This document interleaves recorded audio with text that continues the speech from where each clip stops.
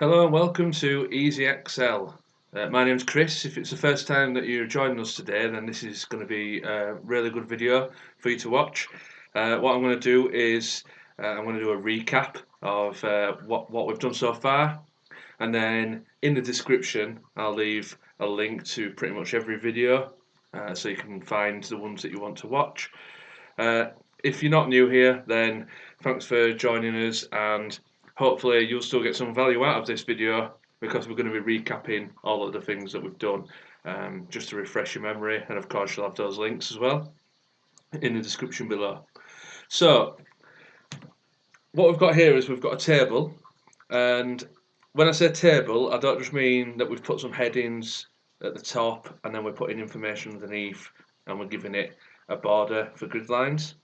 What we've actually done is using the insert table option, which is not highlighted at the moment, then we've actually created a proper what Excel considers to be a table.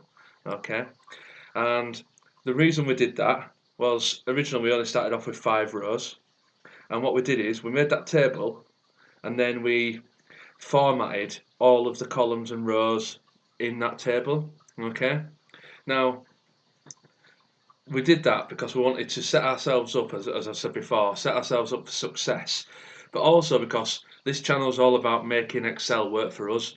So what we want to do is do something once at the beginning, and then we don't have to then revisit it and do it again.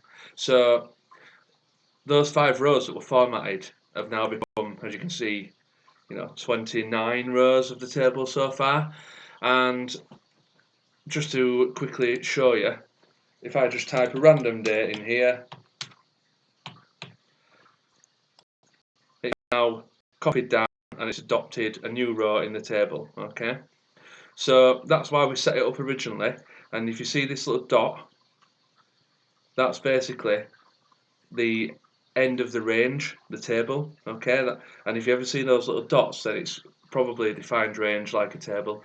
So that's what we did to begin with. So we set up the table, 5 rows, we did the column headings, we did the formatting and so on, so that all these colours were formatted, so that it was in currency.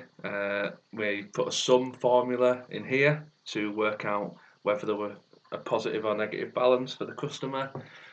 Then at a later date, we added a payment date column, and that was adopted automatically into the table. And we set up drop-down boxes with the dates. Okay, so we've got the 1st to the 31st in there. Then we also added a date column because we realised we're not recorded the dates of these customers, and we created a macro, and we made a macro button here which says update. Now what that did is when you click it, it will automatically sort these into date order. So that one that I've just added there for the 1st of January, okay, if I click update, you should see it appear somewhere around here. So that's gone now, and there we are, it's gone underneath those, and it's that blank row that we just added, 1st of January. So that's what that button now does, it sorts the table. But what we also did, because just to keep repeating this, we're setting ourselves up here for the future to succeed, we've also added some code which is a refresh all.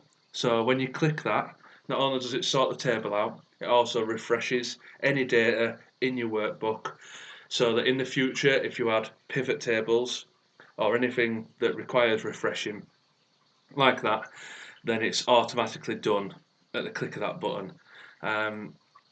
It's just a good feature to have going forward.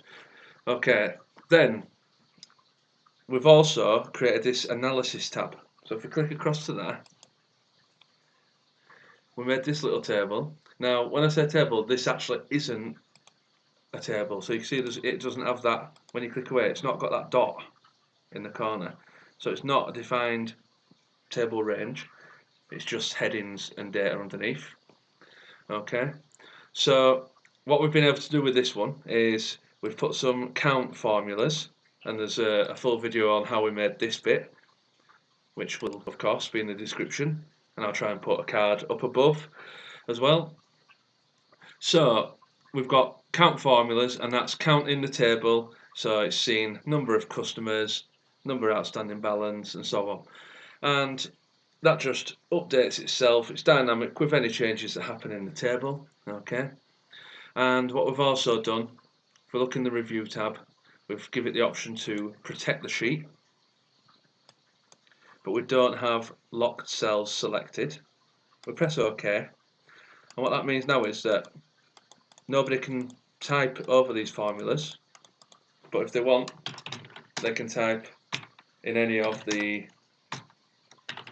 spreadsheet, any other areas of this. Okay, so just some random words there. So that was just to show you. So what we've done so far is we've added this counter into this analysis tab, and this is where we're going to later on add more features, and we probably will add more sheets, have dedicated sheets for charts and so on. It's protected, so they can't write over the formulas, but they can edit elsewhere. What else have we done? Okay, there's a few short videos that I've done just to show you a few different features. So I've shown how to unlock the developer tab. Okay, there's a video on that. I've shown how to record a macro to auto sort the table, so a full video on that. I've got a video on macro security and how to change that, and a few videos on what happens when I get this error. Okay, so what I'm trying to do at the moment is just get you set up where you've got a table that Excel recognises as a table range that will expand as you add more data to it, and I'm just trying to second guess any potential errors you might get in the early stages so that you know how to fix them. So rather than going to your boss and saying, "Oh, I've made this spreadsheet," but then as soon as they use it, they're getting debug macro this, they're getting green, little green boxes with error messages on, and so on. You can make sure that you can check all that, you can put all these features in place, and make sure it's got the right settings, so that when you do send it to your boss, you can tell them what needs doing, or how, if you get this error, please do this, and so on. So you can look more prepared, and you don't just look like you've made a spreadsheet that doesn't work. All right. So easy Excel. My name's Chris. That was just a bit of a quick recap. If I missed anything, then it doesn't matter. The description will show all of the videos up to date. And going forward, keep on checking in. Please subscribe if you've not already subscribed, and then that way you can keep up to these tutorials and you can see the progress that we make on this spreadsheet. Okay, so hopefully that's been useful, just to give a bit of a rundown about where we are at the moment and what we've done. And if I did miss something really obvious, big piece of work that we've done, I do apologise. Just check it out in the description below. Okay, thanks for joining us. Easy Excel, making Excel work for us. Until next time, take care.